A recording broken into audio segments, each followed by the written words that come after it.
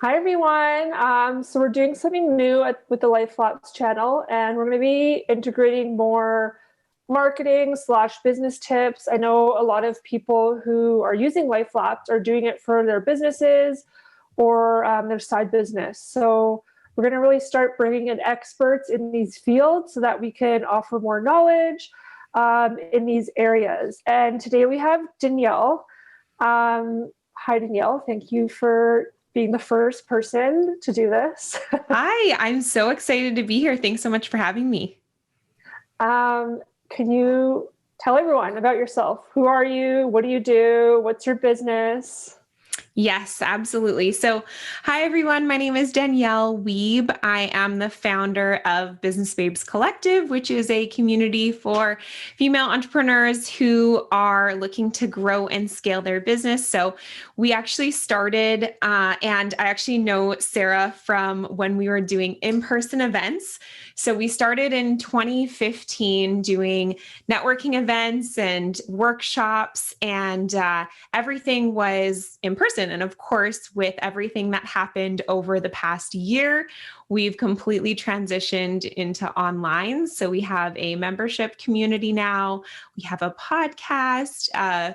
We have an online course and a lot of different things that we've kind of dove into over the past year. Amazing. Yeah, I was going to mention that this is rather meta for me because I filmed, I don't know if it's one or two, but I was the Yes, I event think at least one or videographer two. Yeah. for one of Danielle's events. So that was cool back in my videography days before I launched Lapse. And now look at us now. Yes. And you are so talented with videography. So no wonder you created such an successful app. Oh, thank I you. remember you sending over the video. I was like, this is awesome. It was so well done. So thank My you for being involved, even at the my beginning film stages. school, my film school diploma paid off. Yes, absolutely. Um, so do you have a degree in business? I'm curious because you're teaching all these women about business, how to grow and scale their company. What's sort of your background and how did you get into these events? Yeah, I actually do. So I went to school for business. I studied marketing, and it's funny because I remember going to school wondering what I was going to do when I, grew up, right? As everyone does. And originally, I actually thought that I was going to own my own spa one day. Ooh, That was my original idea. And so started working in that arena right after university. But actually, during university, I was on student leadership team for business, and we hosted a few events, like mhm. fundraising events. And I remember something about hosting those events just like lit me up. I was like, this is my jam. Like, I love this so much. And so obviously I didn't know that then, but that was going to kind of spur me on to launch my business. So then during kind of that time of figuring out what I wanted to do, I tried a lot of different things, a lot of Mhm. different businesses, side businesses, doing social media for companies, partnered with a skincare health and wellness company. I actually worked for my mom's business. My mom's an entrepreneur as well, and worked for her business for a while. So really trying to figure out like where I fit. Mhm. And then in 2015 was when we started hosting events in Vancouver. And obviously that's where we're both from, Yep. and started hosting these little events. And honestly, it was just They weren't even little. Like they were like so big and glam and they were always didn't start that way though. so pretty. I wonder when I'm trying to think of when you came to video our events, because they definitely started. I think our first event we had like 10 people, and Oh, it was like a charcuterie board and wine and just sort of networking. And then yeah, it's definitely, obviously it's grown so much from there, but started with just sort of a small idea. And honestly, it was because I wanted community, and I wanted a space where I could network with other people. And I always kind of found myself at these networking events and feeling like I didn't fit there because I was younger and I was just getting into business. And so I felt like I had to be super professional and have my perfect business cards and everything. I was going to ask, like, why the launch? Because you originally launched as Van City Business Babe. So it was like hyper focused on where we are located. Yeah. But it's also like female focused. So like, what did you find when you went to these networking events that you were like, the ratio wasn't like the proportions were off, or how did you feel comfortable there? I know you said it was like very like professional and you needed business cards, but I sort of felt like when I was there, people didn't really take me seriously.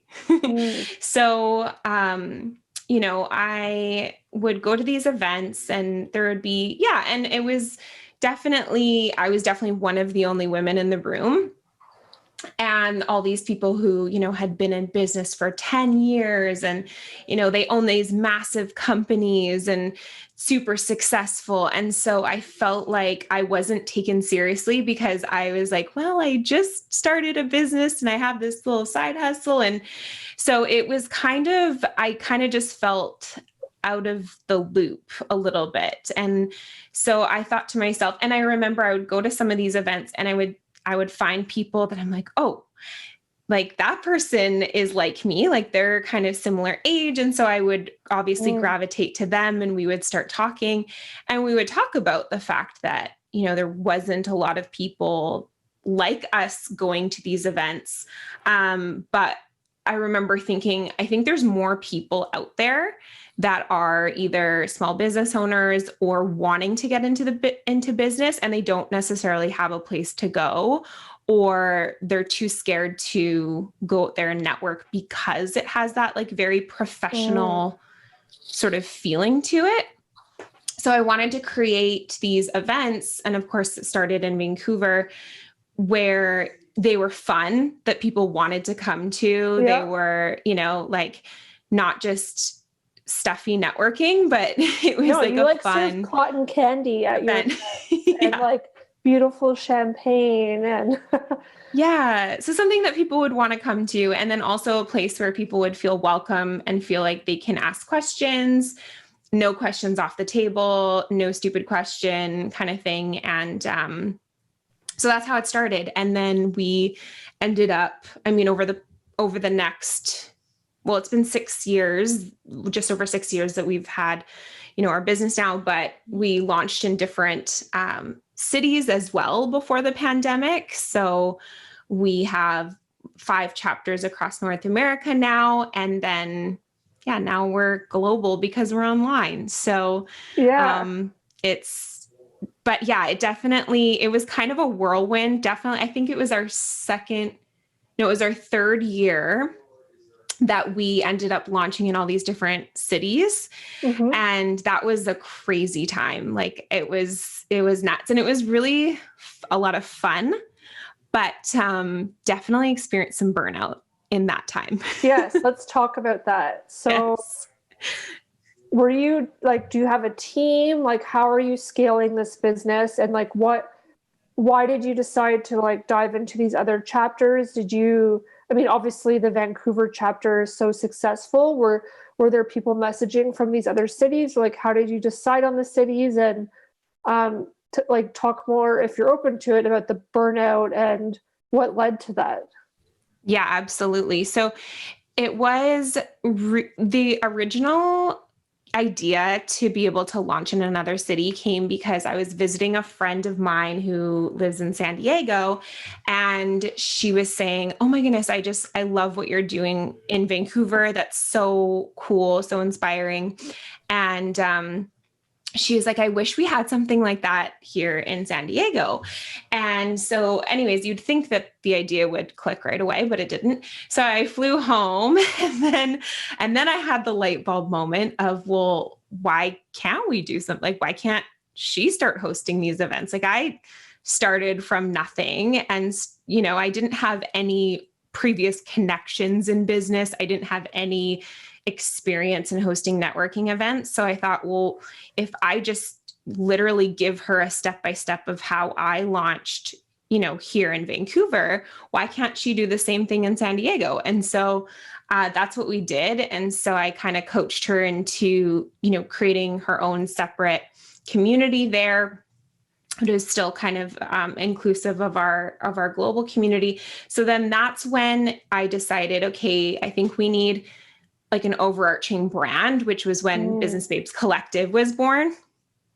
And so that's when we relaunched, we redid our branding, all of that. And then from there, I think because, people saw, oh, they're launching a chapter in San Diego. So then I had someone come to me and say like, hey, I want to launch a chapter in Victoria. I want to launch a chapter in Seattle. I want to launch a chapter in Toronto. But all of those happened actually very organically because it was people who were originally from those cities, but they all actually came to a Vancouver event or they were living in Vancouver at that time, whatever that might have been. That's the best kind of person you want to run with your company because they're like passionate about it. They've experienced it. They're not doing it because they need a job.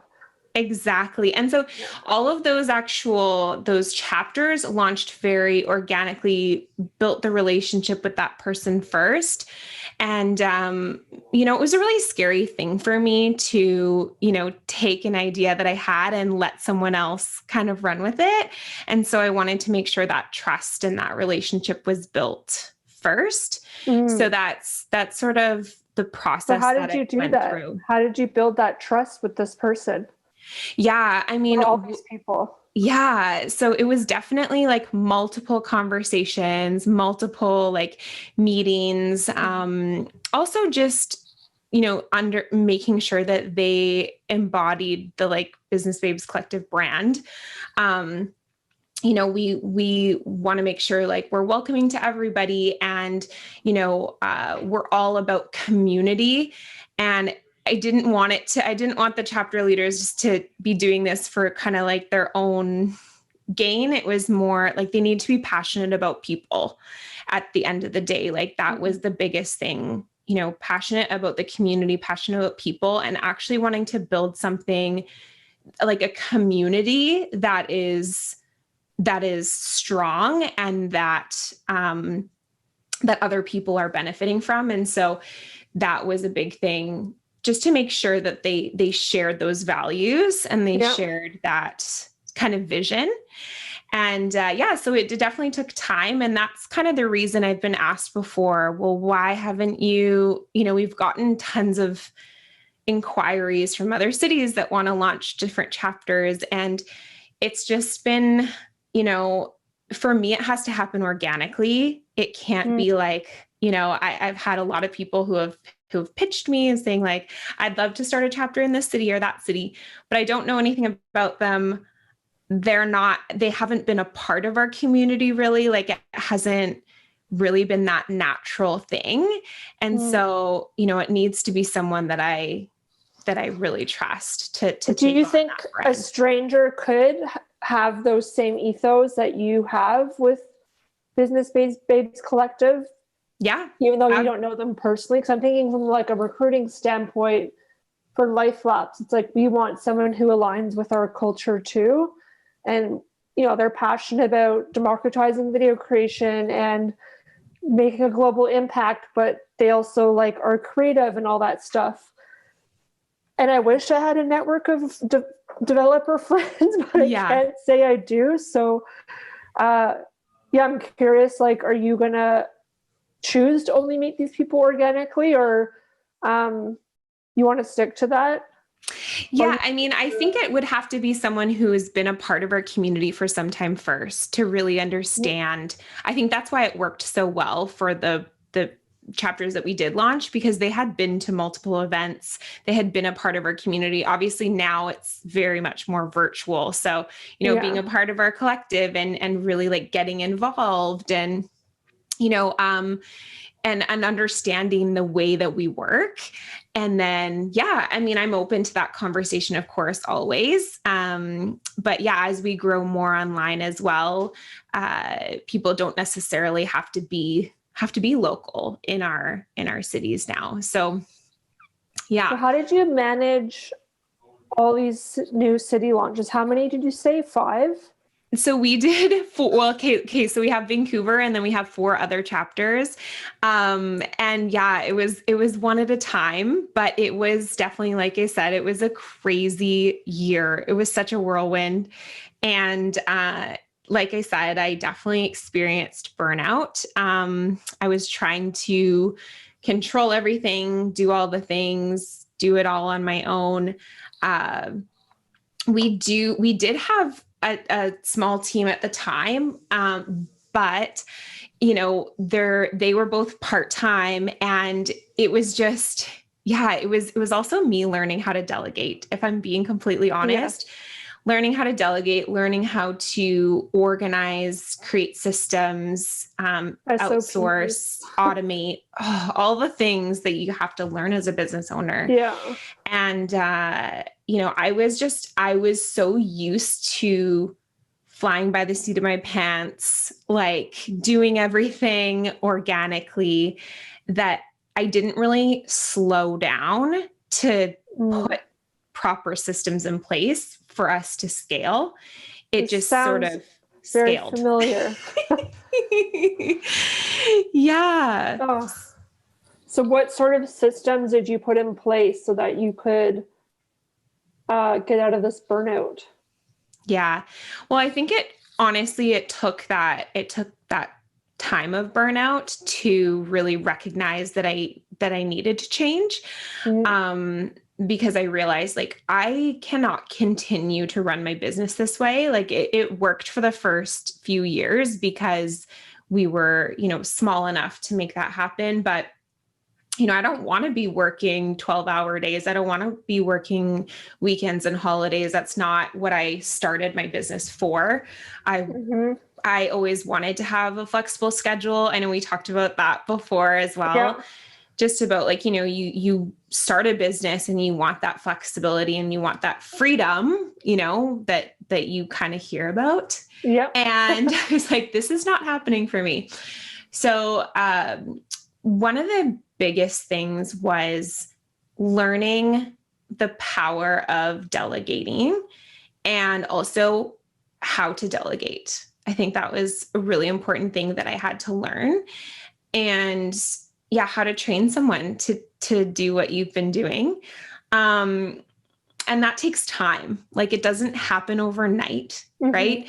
You can find the most amazing people to join your team, but if you don't know how to delegate properly, then it's not going to be a successful, transition. Yeah. And so that's a big thing. And then also just finding, there's so many amazing ways that we can automate our processes, apps that we can have to speed up our process with certain things to make things go quicker. Creating, even, like, there's one thing that I'll just share, because we have weekly Zoom calls for our mastermind groups. And then I do some coaching as well on the side. And just even setting up Boomerang with Gmail to be able to send out automated emails every week that have a link in them. I was doing that, just sending out the email, typing in the addresses and everything. And there's so many ways that you can save yourself time. Yeah. And so learning all those different things and learning just the little things that save you a little bit of time, using project management softwares. I don't know if anyone uses, Trello or Asana, but yeah, we use Trello at Lapse. Perfect. Yeah. And so using the tools that are out there to simplify your processes is so important. And then another thing that has really, really helped as far as also training is creating, I don't know if anyone else uses Loom. But I was going to ask you about Loom if you use it. Oh my gosh. Yeah. I love it. The best software. Best ever. And so, yeah, creating like training videos through Loom, and being able to put those videos in like a Google Docs or a file or wherever you keep your things. And so then whoever joins your team can know all your processes and how to do things just by watching that training video. And that takes you the amount of time it takes you to film that video. And then you can use that video again and again and again, instead of having to retrain each new person that joins your team. So things like that just can save you time and save you energy and streamline, your business. And I'm continuing to learn new things on how to do that. And it's really exciting. Like it's fun to, like, when I can save myself, even if it's like 15 minutes, you're like, if I can save myself 15 minutes a day, if you calculate that like over a month, that's a lot of hours. time. It's hours. So if you can, think of every single little thing that you're doing in your business. And I always try to think to myself, can I outsource this? Can I create a system for this? Or can I automate it? And then really figuring that out and making it super streamlined and easy. That's what I have tried to do. Because I don't want to experience burnout again. So that's, yes. I was going to say, I'm sure you've seen this quote where it's like entrepreneurs work 80 hours a week so they don't have to work 40 hours a week. Totally. And it's so true. Like we all get into that. Well, not everyone, but a lot of people just like want that freedom and flexibility, but it's like, oh my God, there's so much to do. Mm-hmm. I'm working all the time. And the thing is too, there's always things to do, right? Oh yeah. There's always more things that you can do. And I think it's about, another thing that I always try to encourage people on is set boundaries for yourself and for your business, because you can spend an infinite amount of time working on your business, tweaking things, making it better, launching new things, like, launching new side businesses onto your business, like all these things, right? So I think it's important to also recognize and get clear on what are your goals, what's your mission, what's your vision, and what do you want to do? And then figure out what are your non-negotiables, right? So for me, like, I really want to build a business, and like, there's going to be times where, I either want to, or, it's a busier time, so I'm going to work a little bit later, or maybe I'll work a little bit on the weekends, but I don't want to have to do that ever. Yeah. So if I want to take off a week, or if I want to completely shut off my phone for an entire weekend, I want to be able to do that. And I don't want to have to feel stressed about it or guilty. So I think you have to create those systems and be able to outsource in order to have that flexibility. I was going to ask, do you have like a team in place now to do this, or do you just have all these automated systems running for you so that if you do want to take time off, you can? It's a little bit of both. So definitely have a team and like contracted out certain things in my business. And I think it really depends, like the first thing that I outsource, and I don't know about you, but like bookkeeping. Oh my God. I don't really want to have anything to do with that. I hate bookkeeping. Even just pulling the receipts for my bookkeeper, like every month I do that, and I'm just like, always complaining, me like, I hate doing this, because we've like, maybe that's something I should automate. Actually, is going into all the softwares and just figuring out how to automate it. But bookkeeping. Yeah. What else have you? Bookkeeping. That's the first thing. Bookkeeping and accounting was the first thing. Because I'm like, I don't want to stress about that. I know it's not my strength. So that's, something that I don't want to have to deal with. And then, when we were doing the live events, I wanted to hire one person to help me. It was going to be part-time. I ended up hiring two people, because I was like, I love both these people. What am I supposed to do? So I hired them both. So one of them was our events manager, and then the other did social media and marketing for us. And then their roles had like completely pivoted during the time that they've kind of grown with the company. And I've now, of course, things have changed so much because now we're doing more things online.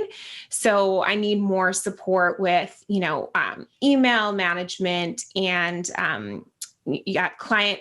We have someone that helps us with like client success. So when someone joins our membership, they get welcome and made sure that, everything that they have that they need, or if they have questions. So that kind of first point of contact as well. And I think sometimes we think that we need to manage everything in our business, but if we have the proper systems in place, or we have, the way that you do things, or the way that you communicate with your clients, your customers, there's a lot that you can outsource. And if someone can be that first point of contact for you, and then you can then step in if there's more complicated questions or things that they don't know how to handle, then awesome. But the tedious, like, think about all the things that you do in a day of your business day, and then think of all those tedious things that for a fact someone else could do an awesome job at. Yes. And it's finding the right people as well, I think, and that's a whole conversation on its own. Yeah. But yeah, I think when you find the right people who have the same mission, same vision as you, and I think personality for me is number one importance when it comes to outsourcing. And if you can work well with that person, because they can be super skilled, but if you're not connecting on like a personal level and you're not understanding each other, that's going to be a really hard dynamic. Yeah, I know. We're currently interviewing for a developer role at Lapse, and I always gravitate towards the candidates who I could see being my friend outside of work. And it's I don't know if this is the right strategy, but if you're not conversational or something, I find that really hard to connect with as well. So I think it has to be someone who understands the way you think, and obviously that takes time. It's not going to happen overnight, right? But also making sure that person, because delegating is a whole other skill, right? To be able to delegate. But if the communication between two people there's a breakdown there, or they're not really fully understanding what you want, that's hard, right? Yeah. But if they can kind of get you, you don't want to be putting more stress on something they're supposed to be taking the stress away from. Exactly. What would you say, for someone who's starting out, who doesn't have, a huge budget, maybe they're not earning that much money to start. How do you calculate the ROI on delegating certain things? Yeah. Oh my gosh, that's such a good question. You don't have the income to hire somebody to deal with your customer support inbox or whatever it is, or bookkeeping. Yeah, I think the first step is to figure out what can be simplified, what can be automated, because there are a lot of things that you can do. Even having something set up, let's say you're a service-based entrepreneur and you do a lot of meetings, something like Calendly, right? Where you can send a link, you could have your calendar attached to that and then have people book on your calendar. That's really great. Or Acuity, I know, is another scheduler. I talked about Boomerang for Gmail, even little things like that, where you can save yourself just minutes of your day, and think about all those things, I think, first.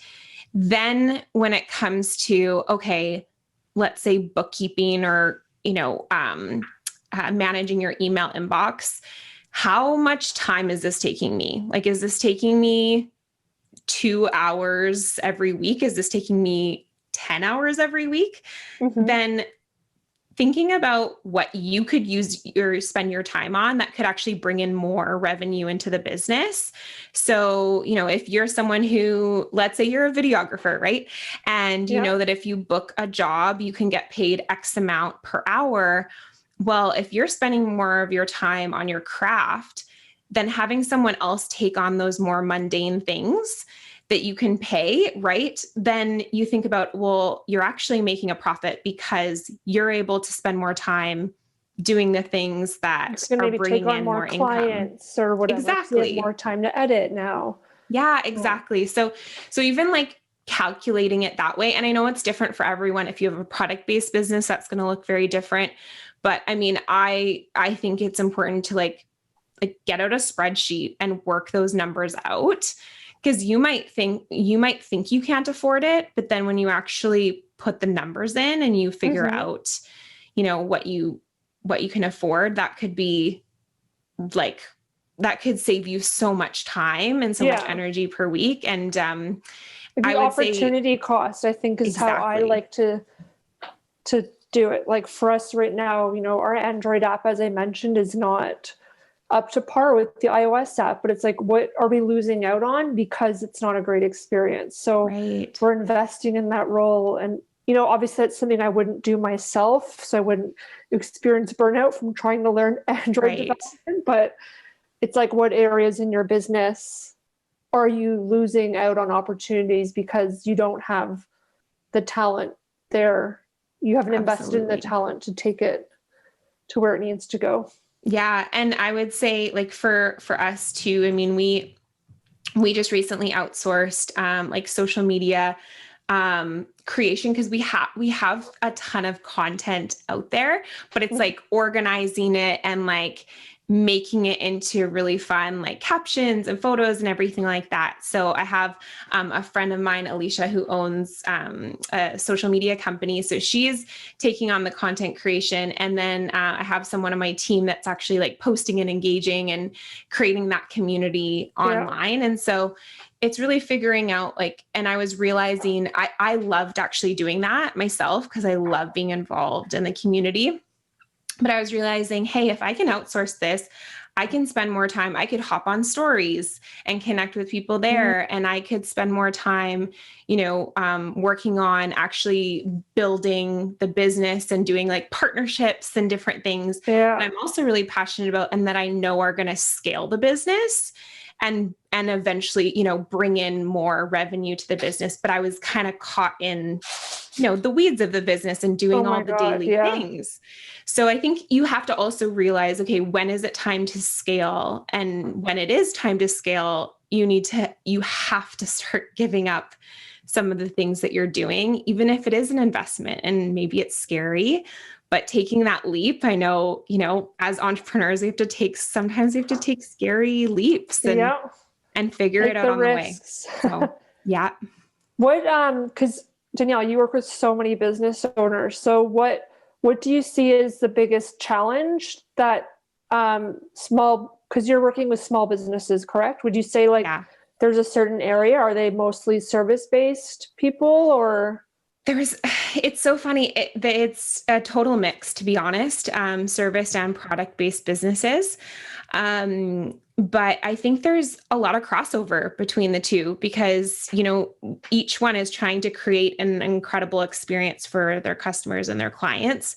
So there's a lot of crossover, but I think a big challenge that people are facing is time. Time and money, for sure, are the two biggest things. And then having that, like what I see is that people get to a certain level in their business and they're like, okay, like I'm making money in my business and everything, but they don't know how to scale to that next level.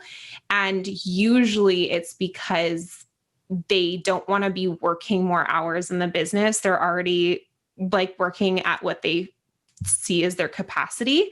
And they're not really sure how to, take it to the next level. So create those systems and outsource, and they're not necessarily sure how to do that.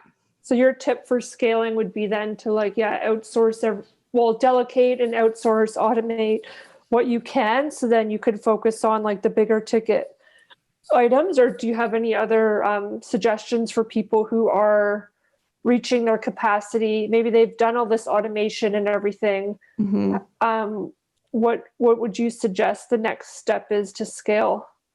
Yeah, I mean, there's so many things. I think a couple of tips that I would have is another thing that I see people doing as well is trying to please everybody and trying to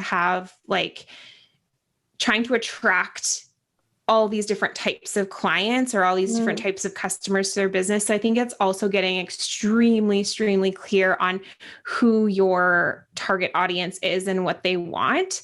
So like for us, for example, like we started with like everyone, any business. And even though like we're still probably broader than I even would like to be, but I think we really help people that are within like their first to third year of business when they're like at that point, like I said, that they're making income, they're seeing money coming in, they're super excited, but now they're like hitting that burnout and they've like, launched, but they're stuck. Yeah. And so I think getting super clear on who you serve and who your ideal client is, because you're going to be able to scale so much quicker if the more clear you are.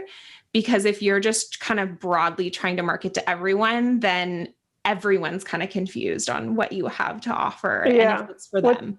What's that saying? Like, you're nothing to know. If you're everything to everybody, then you're nothing to know. I don't know. You know what I'm trying to say? Well, if you're trying to talk to everyone, you're talking to no one. Yeah. Because the message is super unclear. So like an example that I give is like someone who does, let's say, website development. You could say, I help product-based businesses develop Shopify websites so they can start seeing sales right away or whatever. That's a very clear message. Whereas, hey, I'm a website developer and I can help you develop any website you want. Like, to me, I can help you with whatever. So then people are like, well, do you know Shopify? Like, I really want to do a Shopify website, but I'm not sure if you really know that. Yeah. People don't know what you're specialized in. So true. It's scary for people to niche in, but I think like if you are super clear on that, then you can really scale so much quicker. I agree. And that's what we've done. So I would say if we had our ideal customer based on what we launched it as, like there were a few different personas, but once we saw how people were using it, then we did like craft a persona. Now everything gets tailored to her. Sophie. Yes. Her name is Sophie. Yes. We got to wrap up here in like five-ish minutes, and I'm sorry that we don't have more time, but I want to know, like, you're an event-based business and we're in a pandemic. Please tell me about the impact of that and like how you've been able to pivot your business and what you're up to now. Yeah. So it definitely has been a crazy year. We had an event planned right when everything started shutting down. So we had a decision to make. We're like, okay, do we just completely cancel this event? Do we try to pivot it online? Like, what are we going to do? So we ended up deciding to pivot it online. And it was actually such a cool experience because everyone had then at that point been sort of quarantined for a couple of weeks. People were really excited to connect with other people. And we tried to create the same atmosphere and the same type of community online that we would provide in person. And of course it's different. It's online, it's not in person, but we were able to do that. And so we thought, okay, so then over the past year, it's literally been testing things and trying things. And we did a big conference in September, which was so awesome and so much fun, but definitely a lot of work put into that. And then we launched a membership on the backside of that. So we have now a membership group where people can come in, they can, just connect with other people. We have monthly workshops. We have monthly networking events. We have a business directory. And then we also have our signature course, which we're actually hosting in person, and we've pivoted that to an online course now. And really that's kind of like what helps people to, like we were talking about before, like systemize their business, outsource, automate, figure out who their ideal client is. How do you scale? So yeah. And then we also have our mastermind groups, which we had actually been doing pre-pandemic. Yes. So it's all online, but we're still building community and having a lot of fun as we're doing I feel it. like, because with digital, and I know this is what I love about having an app, is like you can have global impact versus, Yeah. with in person, it's obviously only to a certain area to an extent. Like there's a capacity to these rooms that you're booking out. Yes. So are you excited about that? That, you can actually really scale this without having to, have 100 reps in different cities across North America. It's all in one place now. Yeah, it is really exciting. I think the first time I kind of really realized that was when we started our podcast and we started seeing downloads from all different countries around the world. That was really cool. And then, we had someone join our collective who's from Dubai. And I was like, oh, this is so cool. And so it is really exciting because, I have always loved travel. I've always loved different cultures, different communities. And so the fact that we can expand globally is really, really exciting to me, for sure. And how are you getting these people from like your global audience? Are they finding you on Instagram, or like, are you doing paid ads? If you don't mind sharing, we're actually not doing any paid ads. We're probably going to be looking into that come the summer. Right now, it's mostly through Instagram, our podcast as well, because we have more of kind of a global community, I find, on our podcast. And then, people find us online and even Google. Cool. So love that SEO, which is great. Actually, it's interesting. Like our mastermind groups actually have really good SEO, and a lot of times we'll have people apply and they just found us on Google. So, sometimes people forget about the fact that people are still Googling things. Yeah. So make sure your SEO optimized as well. Yeah. That's awesome. Yeah. Well, thank you so much for sharing all the tips and tools to automate everything. This will be so helpful. Even for me, just to think about what I can automate and delegate in my business. So Sure. If you want to just end it off here on where people can connect with you and the business, and how do they join the mastermind if they're interested? Yeah, for sure. So you can find me you can find kind of everything about our community on businessbabescollective.com. And there you can also find, if you guys want something for free, we have a free masterclass that kind of goes through my journey, and then also how I hit burnout, and then some tips on how you can kind of streamline your business without working crazy hours. So if you're interested, you can just go businessbabescollective.com/masterclass, and you can sign up for a free masterclass there. And you'll find everything there. And then if you want to connect with me on Instagram, my personal is at Danny Living Life. And then our business. Time to chat about your baby. Oh yeah. If you want to see baby things. Danielle's due 1 week after me. So crazy. So crazy. Yeah. So people can go follow you on your personal to follow the motherhood and entrepreneurship journey. Exactly. Yeah, totally. And then the Instagram is Business Babes Co. So amazing. And then what's the podcast called? Business Babes Collective as well. Perfect. So you can find us everywhere. Amazing. Business Babes Collective. But and you'll hear Sarah on the podcast as well. Oh yeah. Yep. You guys can hear my story. Exactly. I feel like a broken record sometimes, but it's awesome. I loved hearing your journey. Tidbits and everything. Mm-hmm. All right. Well, thank you so much, Danielle.